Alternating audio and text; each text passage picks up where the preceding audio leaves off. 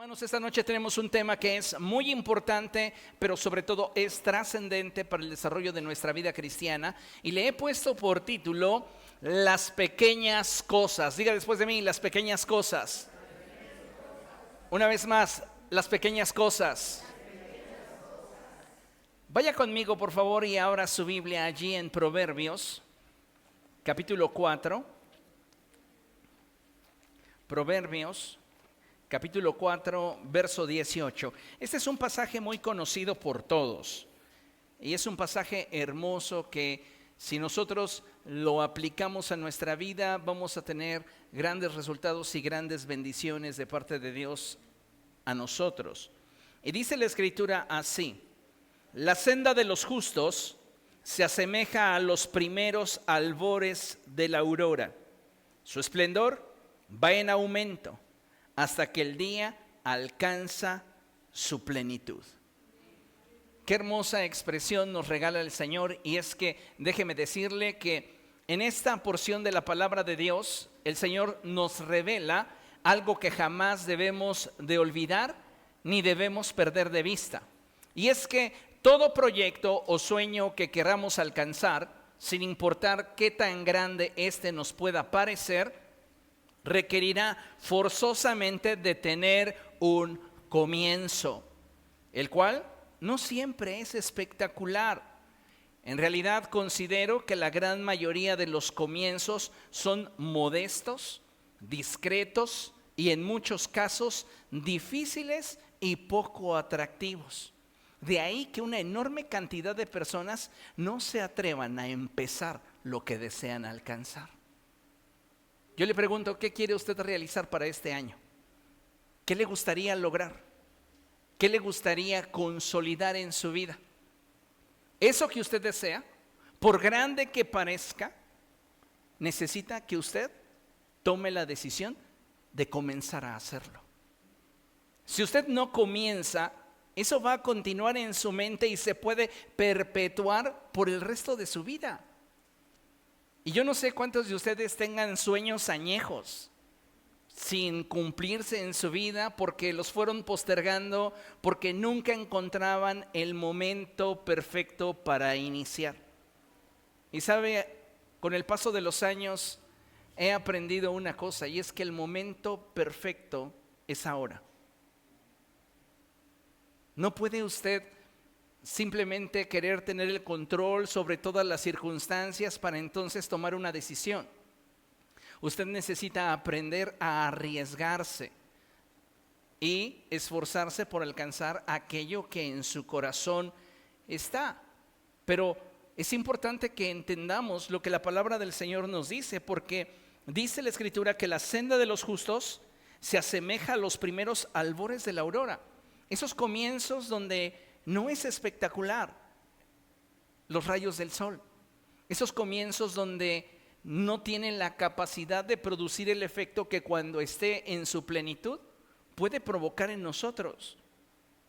Y amados hermanos, muchas veces nosotros tenemos grandes sueños, tenemos grandes proyectos, pero nos falta una cosa, y es comenzar. Y no solamente comenzar, sino que necesitamos a ese comienzo proveerle de continuidad y consistencia para que entonces podamos disfrutar de un avance significativo que nos acerque cada vez más al propósito o anhelo que hay en nuestro corazón. Por ejemplo, cuando tomas la decisión de ahorrar para comprarte un auto o una casa, el proyecto inicia no con tu deseo, sino con tu acción. Algunos de nosotros creemos que tenemos muchos proyectos porque ya están en nuestra mente. No, ese proyecto es una ilusión hasta que tú des el primer paso. Cuando tú comiences a tomar decisiones que te muevan a la acción, entonces ese proyecto habrá comenzado. Pero ese proyecto va a necesitar de tu constancia y tu disciplina, porque solamente entonces vas a darte cuenta cómo ese comienzo que a tus ojos quizá en algún momento fue demasiado pequeño, en el futuro se convertirá en aquello que soñaste. Días atrás platicaba con unos jóvenes y les decía, ustedes están en el umbral de tomar la decisión que puede cambiar el destino de sus vidas para siempre. Y si toman la decisión correcta, cuando ustedes lleguen a mi edad, ustedes van a tener su futuro resuelto. Y no solamente van a tener su futuro resuelto, sino que ustedes van a tener la posibilidad de ser los primeros millonarios en nuestra familia. Decisiones. ¿Cuántos no quisiéramos ser millonarios? Amén. No vaya usted a responderme como una mujer que conocí hace muchos años en mi infancia, que decía, yo me cansé de ser rica, por eso malgasté todo lo que tenía y ahora soy pobre. Disfruto ser pobre. Ese no es el propósito de Dios para nuestra vida. Y no quiero que usted se confunda o lo malinterprete y piense que hoy vengo demasiado materialista. Pero cuando hablamos de la vida abundante que de Cristo procede, vivir en miseria es pecado. Y quiero que lo entienda de la manera correcta y adecuada. No estoy hablándole de una falsa doctrina de la prosperidad. Cuando nosotros vivimos en miseria es porque no estamos obedeciendo al mandamiento. Y el mandamiento implica que seamos diligentes en todo aquello que nosotros hagamos. Es más, dice la Escritura en Proverbios, ¿has visto a alguien diligente en su trabajo? Ese se va a codear con reyes. Pero el flojo, el perezoso ambiciona y nada alcanza. ¿Por qué? Porque siempre pone pretextos. Hay un oso allá afuera, me va a devorar. No, ¿para qué me levanto? La vida es difícil. Ya comienzo la próxima semana. Como mencionaba, ¿a cuántos de nosotros no nos gustaría tener nuestro futuro resuelto? Mayormente aquellos que no tuvimos la fortuna de haber entrado en una etapa laboral donde el gobierno podía subsidiar y ofrecía planes de retiro que pudieran garantizar estabilidad para aquellos que durante ese periodo tuvieron la fortuna de ingresar al campo laboral. Todos nuestros jóvenes no van a gozar de una pensión. Y no estoy politizando el mensaje, estoy hablándole de la realidad de la cual nuestra juventud va a enfrentar. No van a tener una pensión. Y déjeme de darle otra mala noticia. Sus afores no servirán para gran cosa. Algunos jóvenes dicen, no, pues es que ya tengo mi afore y ya con eso la libro. Te va a alcanzar para la pizza del fin de semana.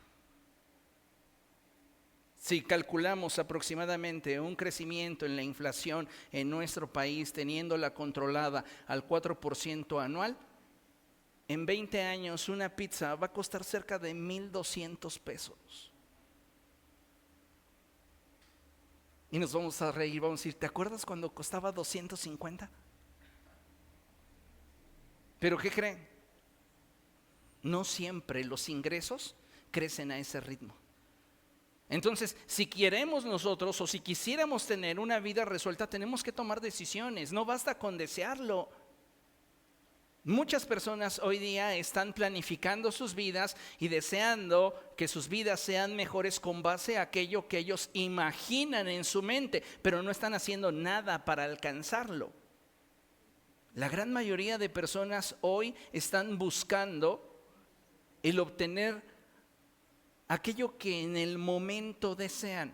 Es decir, muchos están sacrificando las decisiones difíciles de postergar la satisfacción inmediata por aquello que en el momento les parece dar plenitud. Por ejemplo, estos jóvenes que mencionaba yo tendrían que privarse de ese café carísimo todos los días y ese dinero mejor ahorrarlo. Y el término ahorro ya es un término que debe de verse con subjetividad. Porque en este periodo de nada nos sirve tener dinero bajo el colchón o en el marranito o tenerlo en el banco. el dinero tiene que ponerse a trabajar. ¿Para qué? Para que de esta manera ese dinero no pierda poder adquisitivo con el paso del tiempo. Entonces es bien importante, amados hermanos, que entendamos que si me voy a privar de un placer inmediato, como lo podría ser mi café carísimo de todos los días, o comprarme todo cuanto se me antoja para poder alcanzar el sueño que deseo, sea en lo futuro comprarme una casa, comprarme un automóvil o simplemente tener estabilidad financiera para mi edad adulta, yo necesito que esas decisiones me acerquen al proyecto que estoy planteando para mi vida. ¿Comprende lo que estoy diciendo? Entonces esto implicaría que ese dinero yo lo ponga a trabajar, que yo lo invierta. Pasando de este ejemplo, lo mismo sucede en nuestras relaciones interpersonales. La gente quiere el resultado. Quieren una familia feliz, quieren una relación amorosa fructífera, quieren un ambiente laboral productivo y de crecimiento, quieren un mayor nivel de desarrollo personal, pero pocos están comprometidos con las pequeñas cosas. ¿Por qué? Porque parecen aburridas, porque no resultan atractivas. Todos los comienzos son austeros. Y por esta razón es que la gente que logra sus metas es muy poca en contraste con el número de personas que desean buenas cosas. Todos desean buenas cosas, pero son muy pocos los que las alcanzan. Y si eso lo trasladamos al ámbito espiritual, la situación no cambia en absoluto. Hoy día vivimos en medio de una generación que quiere hacer grandes cosas para Dios, que quiere alcanzar a ver el propósito de Dios cumplido en su vida y ser de bendición para muchos. Pero ¿qué cree? Muchos de estos que sueñan con ser usados por Dios no son capaces de leer un libro. ¿Cómo quieres que Dios te use si no estás preparando tu mente y tu corazón para aquello que Dios quiere hacer en tu vida? Ya no estamos en esa etapa como cristianos en la cual podemos justificarnos tras el palabra y gloria de Dios. Vamos a darle oportunidad al hermanito fulano que trae un canto. Y lo primero que hace el hermanito al pasar a la plataforma es justificarse del por qué no lo va a hacer bien. No tuve tiempo de ensayar, se me rompió mi guitarra y de último momento me están prestando esta que no sé afinar. Ustedes disculparán, pero hoy amanecí con mi garganta cerrada. Si no vas a hacer las cosas con excelencia y de forma constante, no vas a lograr el cambio que tú deseas alcanzar. Soñar con el hecho de que Dios nos usa, de que somos de repente levantados en una atmósfera sobrenatural y que todo en torno a nosotros manifiesta la gloria de Dios, es construir un castillo en el aire. Necesitas prepararte, necesitas tomártelo en serio. Dios no usa flojos y tampoco los necesita. A todos los hombres que tú encuentras en la historia bíblica ser llamados por Dios, Dios los encuentra ocupados. No perfectos, pero ocupados. Entonces necesitamos, amados hermanos, entender que si queremos ver los sueños de Dios cumplidos en nuestra vida, nosotros tenemos que poner de nuestra parte, tenemos que tomárnoslo en serio, tenemos que comprometernos con estos sueños y salir de nuestra zona de confort. ¿Por qué? Porque estar dentro de nuestra zona de confort neutraliza nuestro potencial. Y déjeme decirle otra verdad, a lo largo de mi vida he conocido personas con grandes capacidades, con gran potencial y que, ¿qué creen? No trascienden. No hacen de su vida nada. ¿Por qué? Porque siempre se escondieron detrás de su talento. Porque eran flojos, indisciplinados, inconstantes. Y nunca pudieron desarrollar al máximo su potencial. ¿Por qué? Por amar su comodidad. Pero también he conocido personas con grandes limitantes, con muy pocas habilidades, trascender y alcanzar sus sueños. ¿Por qué? Porque determinaron comprometerse con aquello que querían alcanzar. Porque determinaron tomarse a sí mismo en serio para poder lograr aquello que su corazón soñaba. Y pareciera a veces esto un tanto absurdo, pero necesitamos como hijos de Dios no solo tener una identidad correcta, sino aprender a valorarnos de modo que podamos comprometernos con lo que Dios quiere hacer con nosotros. Muchos de los hombres de Dios que trascendieron en la historia bíblica tenían una idea acerca de sí mismos fracturada, quebrantada. ¿Y qué hizo Dios? Transformó su visión para que ellos pudieran creer que eran quienes Dios decía que eran. Pero el problema de nuestra generación es que no estamos dispuestos ni a tomarnos en serio ni a comprometernos con los sueños de Dios. Esperamos que Dios lo haga. ¿Y sabes? Dios te va a conceder aquello que tú naturalmente no puedas alcanzar. Pero necesita que tú te acerques al lugar donde Él te quiere tener para poderte bendecir. Y el que tú te acerques a ese lugar, a esa posición, requiere de tu compromiso, de tu esfuerzo, de tu constancia, de tu dedicación. Vean lo que dice la Escritura. Vamos a Lucas capítulo 14.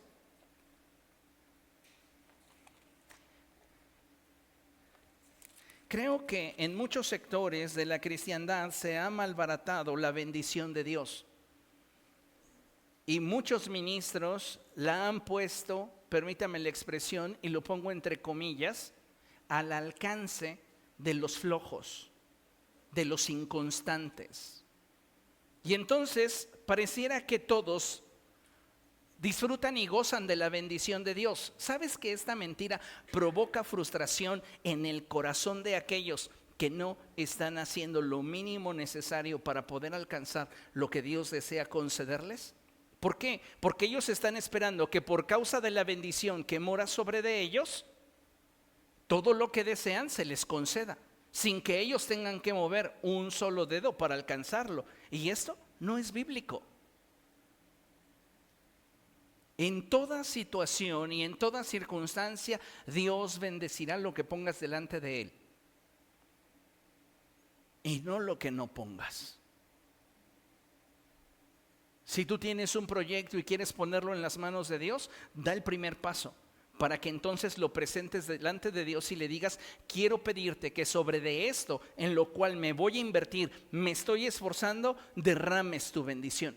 Dios no va a derramar su bendición sobre tu imaginación. Renta esa accesoria, levanta esa cortina y preséntate delante de Dios y di: Señor, estoy dando el primer paso, bendice la obra de mis manos. Pero mientras que ese proyecto esté en tu mente, ¿cómo quieres que Dios lo bendiga si no estás haciendo nada? Necesitamos tomar esto muy en serio porque esto determinará nuestro alcance. Y si la promesa es que la senda del justo es como la luz de la aurora que va en aumento hasta que llega a la perfección, hasta que llega a la plenitud, déjame decirte que grandes cosas hay en el corazón de Dios para tu vida. Dios no está visualizándote con pequeñeces. Él te quiere bendecir a raudales, a manos llenas. ¿Pero qué lo va a determinar? Tu actitud hacia la vida.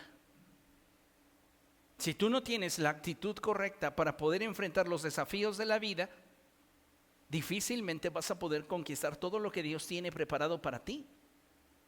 Acuérdense del pueblo de Israel. El Señor les dijo: todo lugar que pise la planta de su pie, se los doy a ustedes por posesión. Y Dios les dice: vamos, entren y conquisten. Peleen, esfuércense. Imagínense ustedes que ellos se hubieran decepcionado de Dios. Nosotros creímos que iba a ser gratis. ¿Quiere usted victorias del Señor en su vida? ¿Quiere victorias de Dios en su vida? Estas no llegan por default, tiene usted que pelear. tiene la certeza y la seguridad de que Dios está con usted, de que Dios le respalda, pero tienes que pelear. La vida no se va a rendir fácilmente y te va a decir, ay, como eres un hijo de Dios, ten la plaza. No, no va a suceder así. Si un hijo del diablo está más preparado que tú, a él le van a dar el trabajo. Y no porque la bendición de Dios no tenga efecto sobre de ti, simplemente por el hecho de que esa persona ha hecho más que tú por obtener aquello que desea en su corazón. Cuando compararon a Daniel con los demás jóvenes que en derredor de él habían en el exilio, dice la escritura que él resultó ser 10 veces mejor que ellos. ¿A quién le dieron los principales puestos? A Sadrach, Mesach, Abednego y Daniel. ¿Por qué? Porque decían, ¿es que nosotros somos hijos de Dios? ¿Es que nosotros decretamos que vamos a ocupar lugares principales? No, es porque estaban más determinados a alcanzar aquello que en su corazón ardía, aquello que en su corazón anhelaban, y estaban comprometidos con ellos y con su sueño. No basta, amados hermanos, con que nosotros simplemente tengamos ideas grandiosas. Por un momento, mire, atrévase a romper esa burbuja de sueño que ha creado y despierte a la realidad. Si usted continúa solo visualizando sus proyectos en su mente, usted no los va a alcanzar. Y yo no lo quiero ver a mi edad frustrado y diciendo, ¿por qué no lo alcancé? ¿Comprende lo que le estoy diciendo? Esto es importante y necesitamos entenderlo como un mensaje de Dios para nuestra vida, porque los tiempos que vamos a enfrentar como iglesia son malos. Va a haber personas cuyo entendimiento de las ideologías que el mundo propone, cuya percepción filosófica de la vida exija de nosotros algo más que simplemente recitarles Juan 3:16. Y si yo no estoy preparado sobre la historia del cristianismo, si yo no estoy preparado y conociendo a fondo la doctrina cristiana, no voy a poder hacer defensa del evangelio. Ay, pastor, pero es que el Señor Jesucristo dijo, y cuando tengan que dar defensa de la fe, ustedes ni se preocupen, porque su Padre que está en el cielo pondrá en ustedes las palabras. Tiene una aplicación, pero no justifica nuestra falta de convicción, esfuerzo y determinación para alcanzar lo que Dios quiere que hagamos. ¿Quién va a hablarle a los políticos el día de mañana? ¿Quién va a predicarle a los intelectuales? ¿Quién va a poder abordar a esos jóvenes universitarios que consideran que el evangelio ha pasado de moda? Necesitamos nosotros ejercitar nuestra mente. Por eso decía yo, queremos que Dios nos use, pero muchas veces como cristianos no somos capaces ni siquiera de invertir en un buen libro. Eso tiene que cambiar. Si queremos nosotros trascender, tenemos que entender que nos es necesario esforzarnos. Muchas veces se los he dicho y se los quiero repetir hoy. Dios creó el huerto del Edén y puso a Adán en ese lugar. ¿Está de acuerdo conmigo? Dios no puso a Adán en el huerto del Edén para que se rascara el ombligo. Dios puso a Adán en el huerto del Edén para que lo labrase y lo guardase. ¿Por qué Dios le pone una labor que requiere de su esfuerzo en un ámbito perfecto? El Edén no requería del trabajo de Adán, porque estamos hablando de un equilibrio y una perfección absoluta en donde cada árbol daba su fruto según su género, su especie. ¿Por qué entonces Dios lo pone a hacer eso? Simple, porque Dios quiere que Él se dé cuenta que tiene el potencial de desarrollar aquello que Dios ha puesto en su mano. Dios ha puesto muchas cosas en tus manos. ¿Cómo las estás desarrollando? ¿Cómo las estás multiplicando? ¿Sabe cuál es el problema? Que muchos de nosotros nos conformamos a aquello que me dé lo suficiente. Total, yo no soy ambicioso, soy humilde, Eso no nos sirve, amados hermanos, para lo que Dios quiere hacer en medio de nosotros. ¿Comprende lo que digo? Lucas capítulo 14, verso 28. Dice la escritura de la siguiente manera. Supongamos que alguno de ustedes quiere construir una torre. ¿Acaso no se sienta primero a calcular el costo para ver si tiene suficiente dinero para terminarla? ¿Cuál es la visión de un comienzo? El final. Yo no voy a comenzar algo si no tengo claro y bien visualizado el final. Aventarme a ver qué es lo que pasa es una locura. ¿Quién de ustedes que quiere edificar una torre, que tiene claro qué es lo que quiere alcanzar, no se sienta primero y calcula, hace un inventario de qué sí tienes y qué te falta? Y teniendo proyectado el concluir lo que quieres empezar, entonces suples las carencias que a mitad del camino pudieran afectar tu avance. Hay quien pudiera en este momento decir, es que, ¿sabe qué? A mí, pastor, me gustaría en los próximos 5 años emigrar a Estados Unidos. Por su nivel de vida, por sus políticas. Es válido. Yo le preguntaría, ¿ya está tomando un curso de inglés?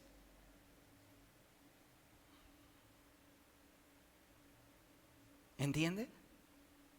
Calcular qué me hace falta para alcanzar este proyecto. ¿Qué es lo que necesito? Si usted se avienta a iniciar un proyecto sin calcular sus implicaciones, sus riesgos y todo lo que esto pudiera demandar de usted, usted está dando pasos a ciegas. Y Pablo dice, yo no peleo como quien da golpes al aire, ni corro como quien no tiene meta. La vida cristiana, amados hermanos, es una vida que debe de reflejar la naturaleza y el carácter de Cristo. Y yo no veo al Señor Jesucristo viviendo en la mediocridad. Él es un ejemplo de excelencia. Él es un ejemplo de esfuerzo, de compromiso. La Escritura dice que llegado el tiempo en el cual Él habría de ser sacrificado, afirmó su rostro para entrar a Jerusalén. ¿Qué significa esto? Pues que Él había abrazado el compromiso y la convicción para llegar a la cruz y morir. Así. Él ya tenía en su mente el momento en el cual iba a decir, consumado es. Y Padre, en tus manos encomiendo mi espíritu. Hasta aquí llegué. Él no entró a Jerusalén para ver si se ganaba la amistad de alguien y pudiera utilizar de esos clavos menos dolorosos. No, él iba convencido de cumplir con el propósito de Dios. Ahora te pregunto, ¿qué tan convencido estás de alcanzar aquello que Dios tiene para ti? ¿Qué tan comprometido estás con ello? Miren, el problema de muchos cristianos en la actualidad es que dejan en las manos de Dios lo que es su responsabilidad. Si no lo quieres hacer, está bien, pero si es algo que dices anhelar, tú deberías estar comprometiéndote con aquello que anhelas y al mismo tiempo que te esfuerzas, ponerlo en las manos de Dios. El problema de muchos cristianos en la actualidad es que dejan en las manos de Dios lo que es su responsabilidad y dejan de esforzarse como consecuencia de que pues ya está en las manos de Dios. Nuestra salvación está en las manos de Dios y por ello debemos de dejar de ser diligentes en la búsqueda del rostro de Dios. No, ¿verdad? Tenemos que cultivar nuestra relación con el Espíritu Santo y buscar aquellos elementos que nos permitan crecer y madurar espiritualmente. El problema es que cuando lo llevamos a la vida práctica, muchos de nosotros dejamos de esforzarnos porque ya pusimos el negocio en las manos de Dios. ¿Y dónde está? En mi mente. Ya puse mi familia en las manos de Dios y les estás predicando, estás invirtiéndote en ellos. no solamente le pedí a Dios que lo salvara, pero ni buen ejemplo les quieres dar. ¿Cómo entonces pretendes que Dios los salve? Cuando deberían poner su proyecto en las manos de Dios, teniendo fe en que Dios les concederá el resultado que desean. Lea conmigo: si ellos no dejan de esforzarse. Dile a la persona que tienes a tu lado: Dios te va a dar lo que anhela tu corazón, siempre y cuando tú no dejes de esforzarte.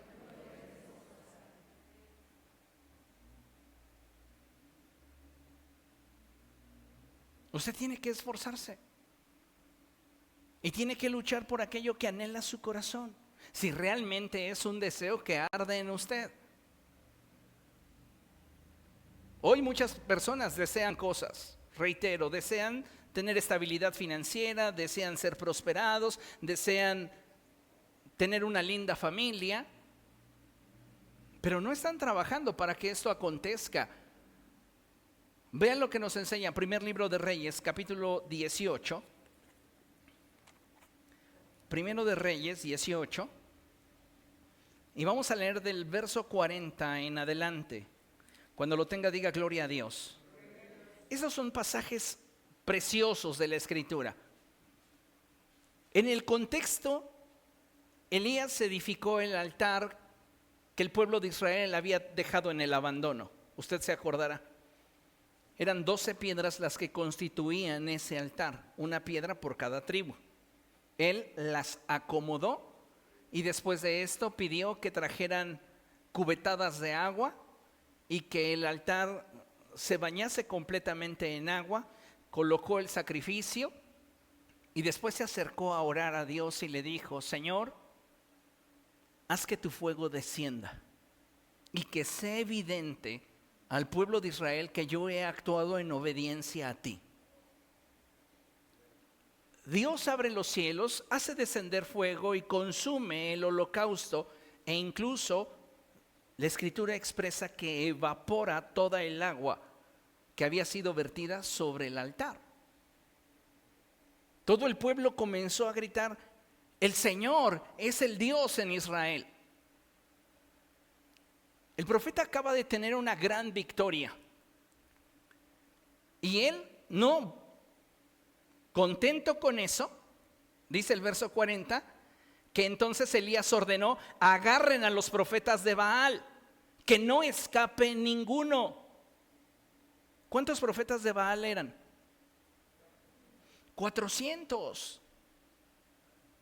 Y vea lo que dice: tan pronto como los agarraron, Elías hizo que los bajaran al arroyo de Quizón y allí los ejecutó. Yo le puedo dar testimonio del día domingo. Terminé con mi mano lastimada de haber cortado tantas roscas. Ahora imagínense cortar 400 cabezas, porque los decapitó. El hombre debería de haber estado cansadísimo, pero tenía clara una cosa: el propósito de Dios para su vida.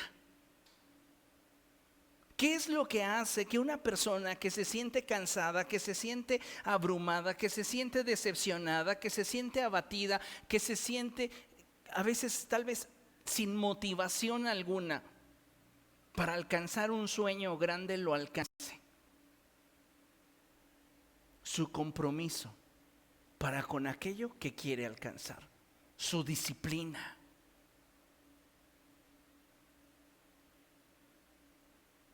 Fíjense lo que dice la Escritura.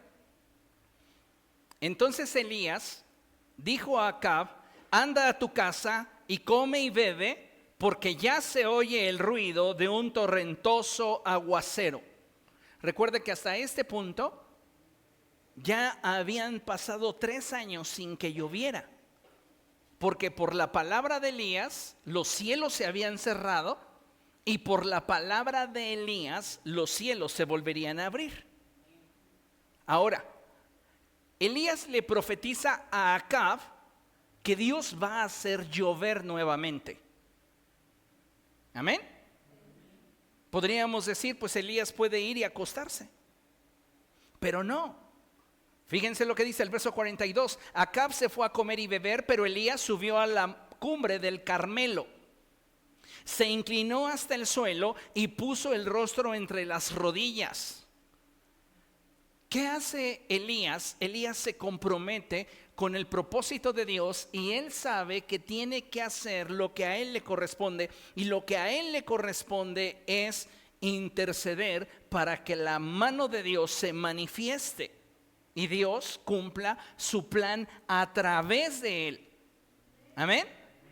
Entonces Elías se postra y le dice a su criado: ve y mira hacia el mar. El criado fue y miró y dijo: no se ve nada. 7 veces le ordenó Elías que fuera a ver. Diga después de mí: 7 veces. Cuando tienes un sueño que realmente quieres alcanzar, tienes que intentarlo las veces que sean necesario hasta ver que ese sueño comienza a tomar forma detrás de tu acción. No es, ay, ya lo intenté una vez. No, pues no resultó. ¿Realmente lo deseas? Inténtalo 2 veces. Ya lo intenté 2 y no resultó. Inténtalo 3. Inténtalo 4. Inténtalo 5. Te aseguro que no vas a acabar con el número de intentos cuando tú puedas ver que detrás de tu acción comienza a haber resultados. Pero ¿sabes cuál es nuestro problema? Antes de empezar ya nos cansamos. Ay, pero es que es tan difícil. ¿No habrá un sueño así de grande que sea menos exigente? Mucha gente hoy está buscando los caminos fáciles, los atajos. Pero la realidad, amados hermanos, es que nuestro crecimiento, nuestro avance, nuestra capacidad de ser fructíferos descansa sobre nuestras decisiones. Decisiones para alcanzar aquello que realmente anhelamos, decisiones que nos comprometan con el destino al cual nos queremos mover. La 7ª vez el criado le informó: escuche, desde el mar viene subiendo una nube, es tan pequeña como una mano. Las grandes cosas de Dios en nuestra vida siempre comienzan del tamaño de una mano. Esto simboliza todo lo que quieres que el cielo te dé. Comienza con tu decisión a dar el primer paso. Si Elías no hubiese orado y buscado el rostro del Señor, pidiéndole que Él cumpliera su palabra para hacer llover una vez más, esta bendición de Dios sobre la vida de Elías posiblemente se hubiera postergado mucho más. Hay sueños y anhelos en nuestro corazón que Dios ya no los concedió y que no los hemos podido palpar, concretar, porque no estamos igual de comprometidos con ellos. Ya están autorizados, pero Dios está esperando que presentes delante de Él tu esfuerzo como esa pequeña mano, y que seas constante y te comprometas en lo que estás haciendo para que, llegado el momento, tú puedas disfrutar de aquello que Dios te ha concedido.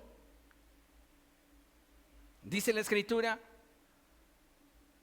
entonces Elías, al escuchar que del mar subía una nube tan pequeña como una mano, le dijo a su criado: ve y dile a Acab, engancha el carro y vete antes de que la lluvia te detenga.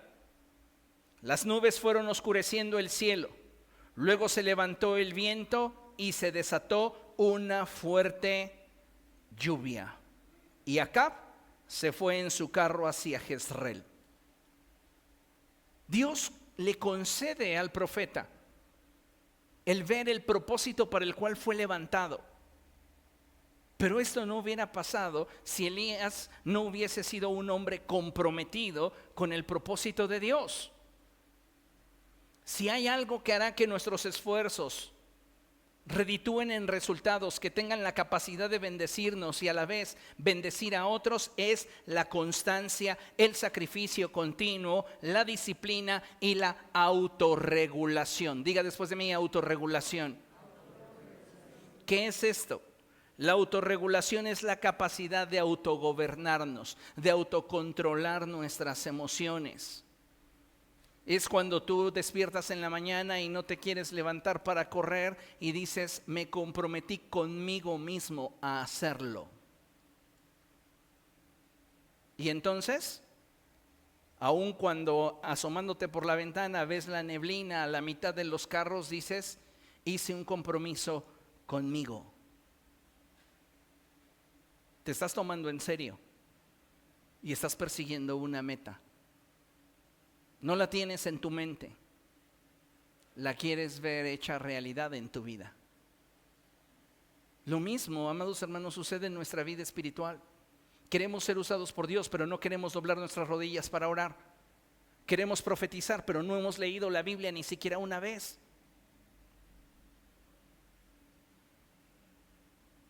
La Biblia dice que el Espíritu de Jesús es el Espíritu que inspira la profecía.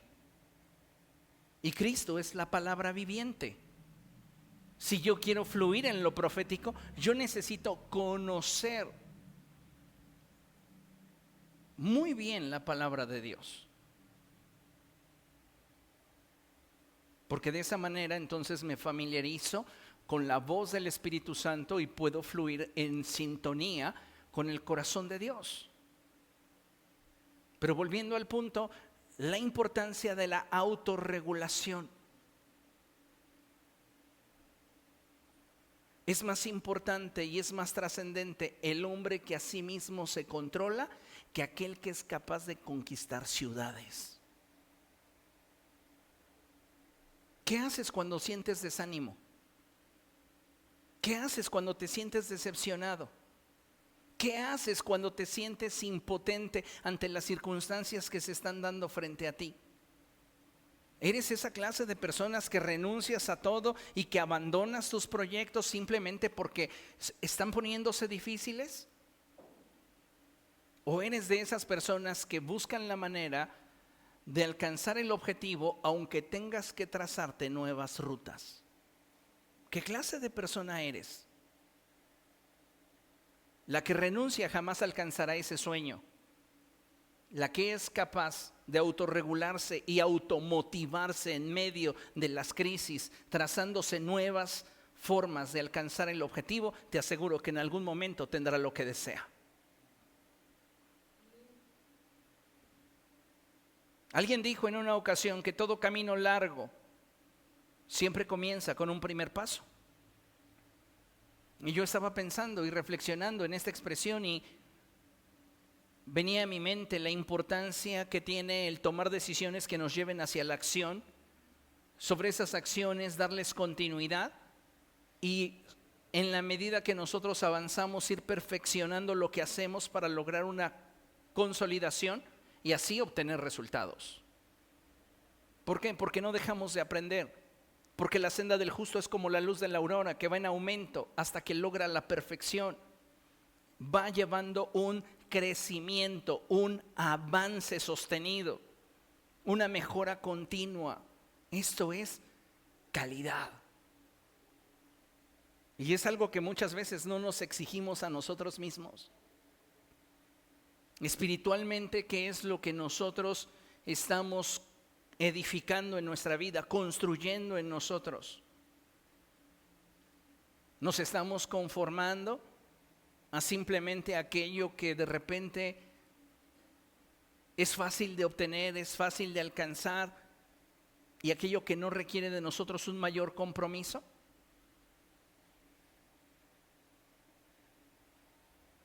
Necesitamos, amados hermanos, cambiar nuestra actitud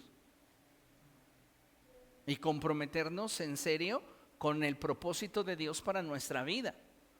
no dejándonos de esforzar, al contrario, porque estamos comprometidos a esforzarnos más. Miren lo siguiente: solo el esfuerzo constante, la disciplina y la autorregulación pueden proveer de la contundencia que nos lleve a permanecer y perseverar en la obra de nuestro Dios, llevándonos a alcanzar el propósito para el cual Dios nos llamó. Esas características yo las encuentro en ese niño que usted ve ahí. Y en esa imagen encontramos a Ana llevando al niño Samuel y presentándolo delante del sacerdote Elí. ¿Usted cree que no había momentos en los cuales Samuel quisiera estar con su mamá?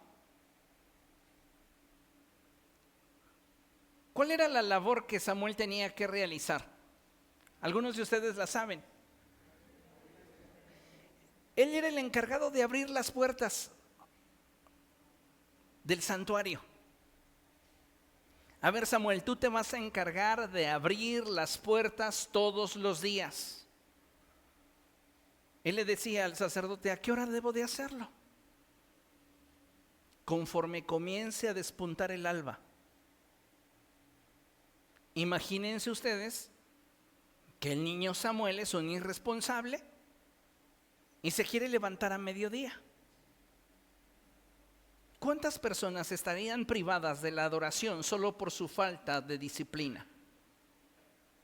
¿Hasta dónde podemos detener nosotros el avance de aquellos que nos rodean por nuestra falta de constancia? Si nosotros no sumamos, nos convertimos en una carga. Por eso el Señor Jesucristo, de una forma tan radical, dice: el que no es conmigo, contra mí es. ¿Por qué? Porque no hay puntos neutrales. O estamos todos impulsando el avance de la obra de Dios en nuestra generación, o no estamos nosotros participando, lo cual nos hace copartícipes del destructivo.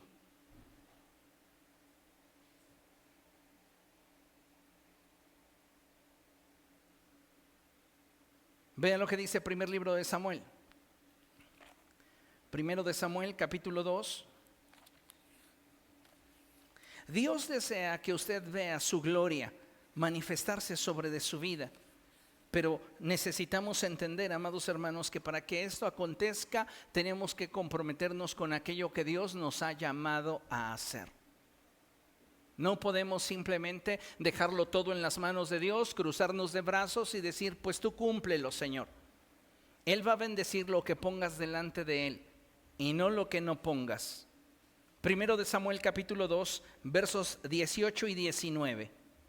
Dice la escritura así: el niño Samuel, por su parte, vestido con un efod de tela de lino, seguía sirviendo en la presencia del Señor. ¿Qué hacía Samuel? Servía. Y él servía de acuerdo a su capacidad. Pero su fidelidad al servicio que hacía de acuerdo a su capacidad lo iba posicionando, escuche bien, delante de los ojos de Dios y delante de los ojos de los hombres. ¿Comprende eso? ¿Por qué? Porque en este periodo hay sacerdotes y son los hijos del sacerdote Elí. La labor que tiene que desarrollar Samuel aparentemente no es tan trascendente, no es tan importante, no es tan relevante, pero sí lo es. No solo porque él es quien le da acceso a los que adoran, sino porque su carácter está siendo formado a través de ser constante en las pequeñas cosas. El Señor Jesucristo dijo: el que es fiel en lo poco es capaz de ser fiel en lo más. Pero el que no es fiel en lo poco, ¿quién le concederá lo propio?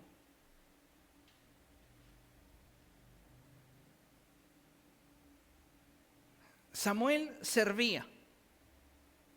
Y aquí hay algo muy interesante, y es que él estaba vestido con un efod de tela de lino. Diga después de mí, Samuel se lo tomaba en serio. Podría haber dicho, pues yo soy un niño. No estoy ni siquiera cumpliendo la edad para ejercer el sacerdocio. ¿Por qué voy a ir con un efod? En mis calzoncillos nomás.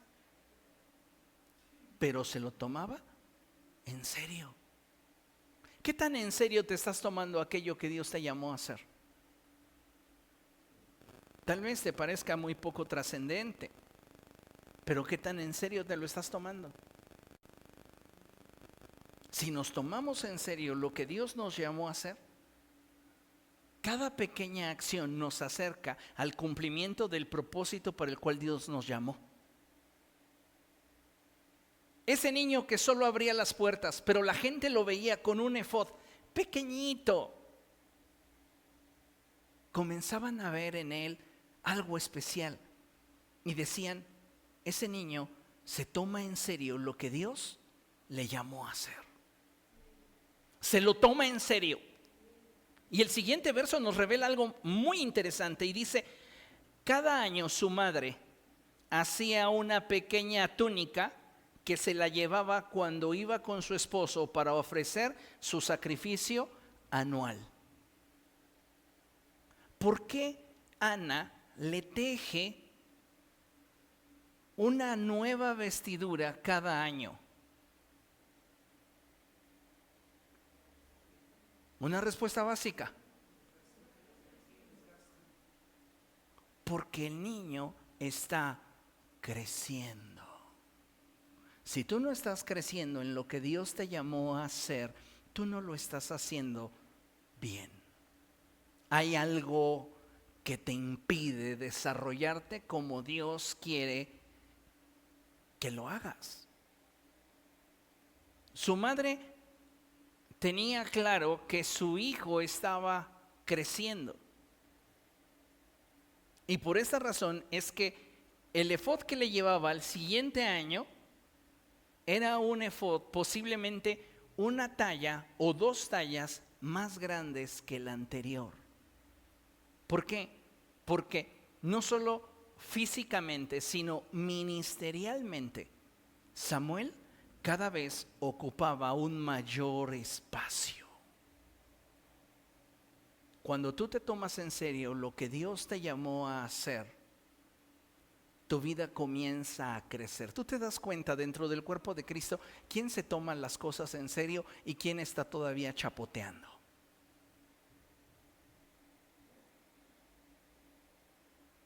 La pregunta es, ¿de cuál de los dos estás? ¿De los que están chapoteando? ¿De los que no se puede tomar a esa persona en serio porque sabes que es inconstante, es indisciplinada, es floja, es apática, es indiferente?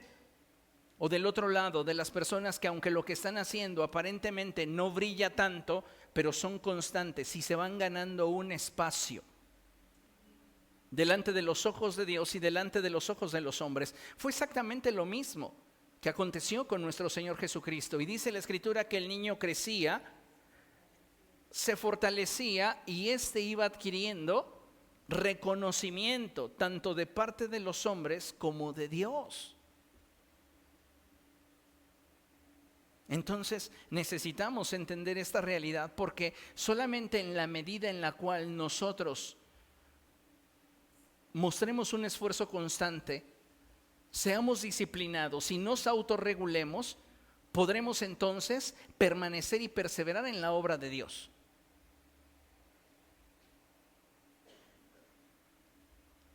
Conforme él iba creciendo, las responsabilidades sobre de su vida iban incrementándose. Y nunca encontramos un relato en la Escritura donde Samuel dijera, yo ya no quiero servir. Los hijos de Elí me han decepcionado. ¿Sabes? A él no le interesaba la vida del de al lado, ni del de atrás, ni el de adelante. A él le interesaba que el propósito de Dios para él se cumpliera. ¿Y sabe cómo termina ese niño? Termina siendo un juez en Israel y la voz de Dios para su generación. Dice la Escritura que ni una sola de las palabras de Samuel cayeron a tierra, sino que todas estas fueron cumplidas por el Señor. Este niño tenía un respaldo impresionante de parte de Dios. Su constancia y su disciplina en sus primeros comienzos, en sus inicios, en las cosas pequeñas, lo colocaron como el hombre que tenía el calibre para ungir reyes.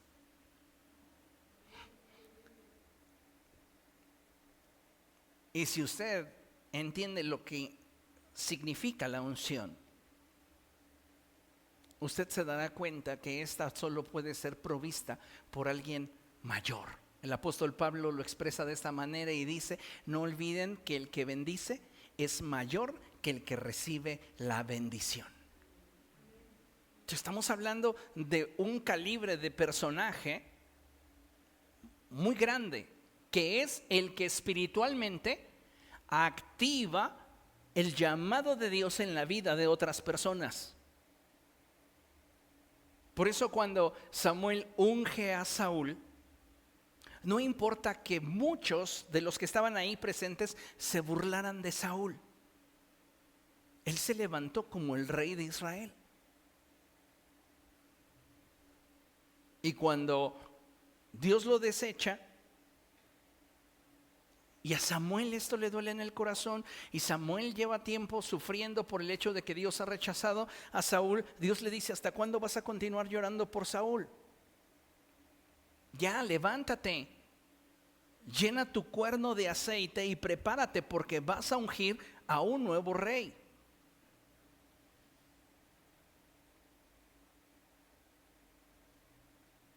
Los niveles de unción, los niveles de capacidad crecen.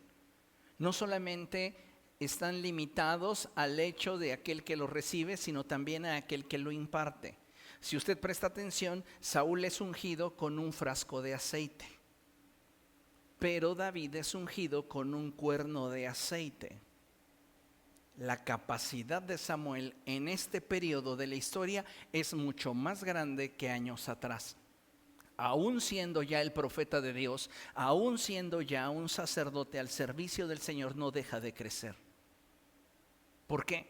Porque desde sus inicios, desde las pequeñas cosas, entendió que su esfuerzo constante, su disciplina y su autorregulación es lo que le podrían colocar en un punto de quiebre para su desarrollo espiritual y para su crecimiento personal. Si no lo estamos viendo de esa manera, amados hermanos, nos vamos a conformar con muy poco. Y vamos a creer que estamos disfrutando de la bendición de Dios cuando en realidad ni siquiera nos hemos aproximado a lo que Dios tiene reservado para nosotros. Nos conformaremos con la sombra de lo que Dios tenía ya autorizado para nuestra vida. Y el día de Cristo le diremos: Señor, ¿por qué no me concediste esto que te pedí? ¿Por qué no me diste esto otro por lo cual yo oré? ¿Por qué no me concediste esto que anhelaba mi corazón y que constantemente presentaba delante de ti? Te responderá el Señor como el ángel le dijo al profeta Daniel: desde tu primera oración te contesté. ¿Y qué pasó, Señor? ¿Por qué no lo vi? Te faltó disciplina, te faltó sacrificio, te faltó autorregulación. Te desanimabas muy fácil y cuando estabas ya muy cerca de tenerlo, renunciabas. ¿Qué necesitamos? Comprometernos con la visión. El profeta dice: aunque tarde, la visión avanza hacia su cumplimiento. Y Dios nos está dirigiendo hacia ese cumplimiento, pero nuestra capacidad para recibir está determinada por nuestro nivel de compromiso hacia aquello que Dios quiere derramar sobre nuestra vida, aquello que Dios quiere hacer en medio de nosotros. ¿Comprende esta verdad? Ahora aplíquela en su vida. ¿Qué necesita cambiar? ¿Qué necesita reconsiderar? ¿Qué necesita reestructurar para tener aquello que usted anhela, aquello que usted sueña, aquello que usted desea? No basta con tener cientos de proyectos en nuestra mente. Tenemos que, amados hermanos, aterrizar lo que deseamos y entonces, habiendo calculado qué es lo que sí tenemos y qué es lo que nos falta, trabajar por aquello que nos falta para tener clara la visión de que si hoy comienzo, yo ya estoy concluyéndolo. No me voy a detener hasta concluirlo. Y esto nos habla de compromiso. Y es lo que necesitamos en la obra de Dios y en nuestra vida personal. Comprométete contigo, con la gracia que Dios ha depositado en ti, con el llamado de Dios a tu vida. El autor a los Hebreos nos expresa y nos dice que nos despojemos de todo aquello que nos estorba el avance, en especial del pecado que nos asedia. ¿Para qué? Para que corramos con perseverancia la carrera que tenemos por delante. Es decir, comprométete con tu destino. Tómate en serio y vas a recibir lo que tu corazón anhela y lo que has puesto delante de Dios, respaldado por tus acciones. No puedes decirle a Dios, yo quiero esto, sin que haya una acción que respalde tu dicho. ¿Lo quieres de veras? Entonces comprométete con ello. Esfuérzate por ello. Lucha por ello. Y créeme, aunque no sea fácil, lo que te va a ayudar muchísimo a perseverar es tu autorregulación. No necesitas el aplauso de la gente en derredor. Muchos de nosotros estamos esperando que la gente nos acepte, que la gente nos reconozca, que la gente nos quiera, que la gente nos ame. No es que no valga, pero es que si no comienzas tú valorándote, tomándote en serio, ¿cómo vas a poder alcanzar aquello que deseas? Si dependes de cosas tan volubles como es la aceptación o la aprobación de la gente que te rodea. Tienes la aprobación de Dios, tienes el respaldo de Dios, tienes la bendición de Dios. No pongas pretextos. Comprométete. Comprométete y alcanza tu meta. Y toma decisiones que te coloquen cada vez más cerca de aquello que anhelas, cada vez más cerca de aquello que deseas, cada vez más cerca de aquello que hoy pudiera ser el comienzo de la consolidación de un sueño. Y el día de mañana dirás, ya tengo las llaves de mi casa, ya tengo las llaves de mi auto, ya me puedo retirar de la vida laboral. Y aunque no tengo las ventajas de otros, supe moverme financieramente para poder tener mi futuro resuelto. ¿Usted cree que Dios no quiere bendecirnos así? Obviamente. Vamos a concluir con esta lámina. Y dice, como hijos de Dios debemos aprender a valorar las pequeñas cosas, ya que a través de nuestra constancia se convertirán en todo lo grande que un día solo fue un sueño e ilusión.